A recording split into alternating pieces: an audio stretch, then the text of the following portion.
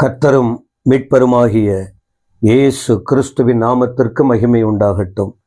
எனக்கு அன்பானவர்களே, நீங்கள் கர்த்தருக்குள் சுகமாய் இருக்க வேண்டும், ஆரோக்கியமாக இருக்க வேண்டும், ஆசீர்வாதமாய் இருக்க வேண்டும், சமாதானமாய் இருக்க வேண்டும்.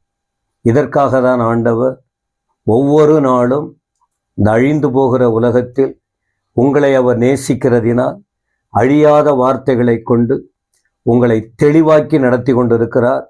இந்த உலகத்தில் எவ்வளவோ பேர் வசனம் கேட்டாலும் திருந்தவே இல்லை, சீர்படவே இல்லை, குணம் மாறவில்லை, அப்படிதான் போய்கிட்டு இருக்கு.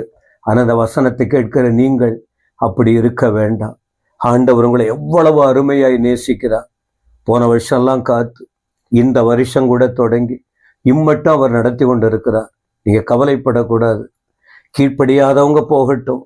நீங்கள் கர்த்தருடைய வார்த்தையை கேட்டு கீழ்ப்படிந்து முன்னோக்கி வாங்க. உங்கள் வாழ்க்கையில் ஆசீர்வாதம் இருக்கும்.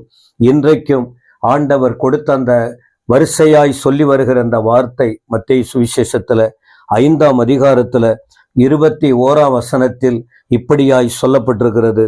கொலை செய்யாதிருப்பாயாக என்பதும், கொலை செய்கிறவன் நியாய தீர்ப்புக்கு ஏதுவாய் இருப்பான் என்பதும் பூர்வத்தாருக்கு உரைக்கப்பட்டதென்று கேள்விப்பட்டிருக்கிறீர்களே.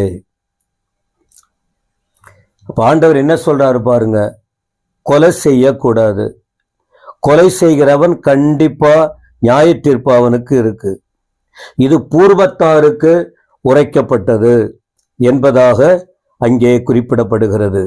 எனவே அப்ப கொலை என்பது என்ன? கொலை கத்தியை எடுத்து ஒருத்தவங்களை குத்தி காயப்படுத்தினாதான் கொலை என்று நினைக்க வேண்டாம். எனக்கு அன்பானவர்களே, நம்ம ஒரு மனுஷனை கோபமா மனசுல வச்சுக்கிட்டு அவர்களை விரோதித்து தன் சகோதரனை பகைக்கிறவன் மனுஷ கொலைபாதகன் என்று வேதம் சொல்லுது. தெரிஞ்சோ தெரியாமலோ உங்க வாழ்க்கையில சூழ்நிலை வந்திருக்கலாம். அப்படி குடும்பத்திலே வெளியிலே பல விதத்திலே சூழ்நிலை வந்திருக்கலாம். நீங்க யாரையும் கொலை செய்யல. இந்த வார்த்தையை காத்து கொள்ளுங்க. சமாதானமா இருக்க முயற்சி பண்ணுங்க.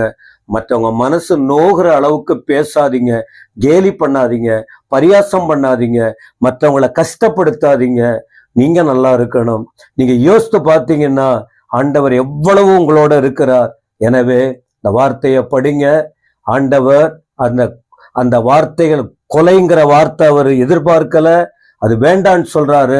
வார்த்தையை காத்து கொள்ளுவோம், கர்த்தருக்காக வாழுவோம். ஆண்டவர் உங்களை ஆசீர்வதிப்பாராக. ஆமேன், ஆமேன்.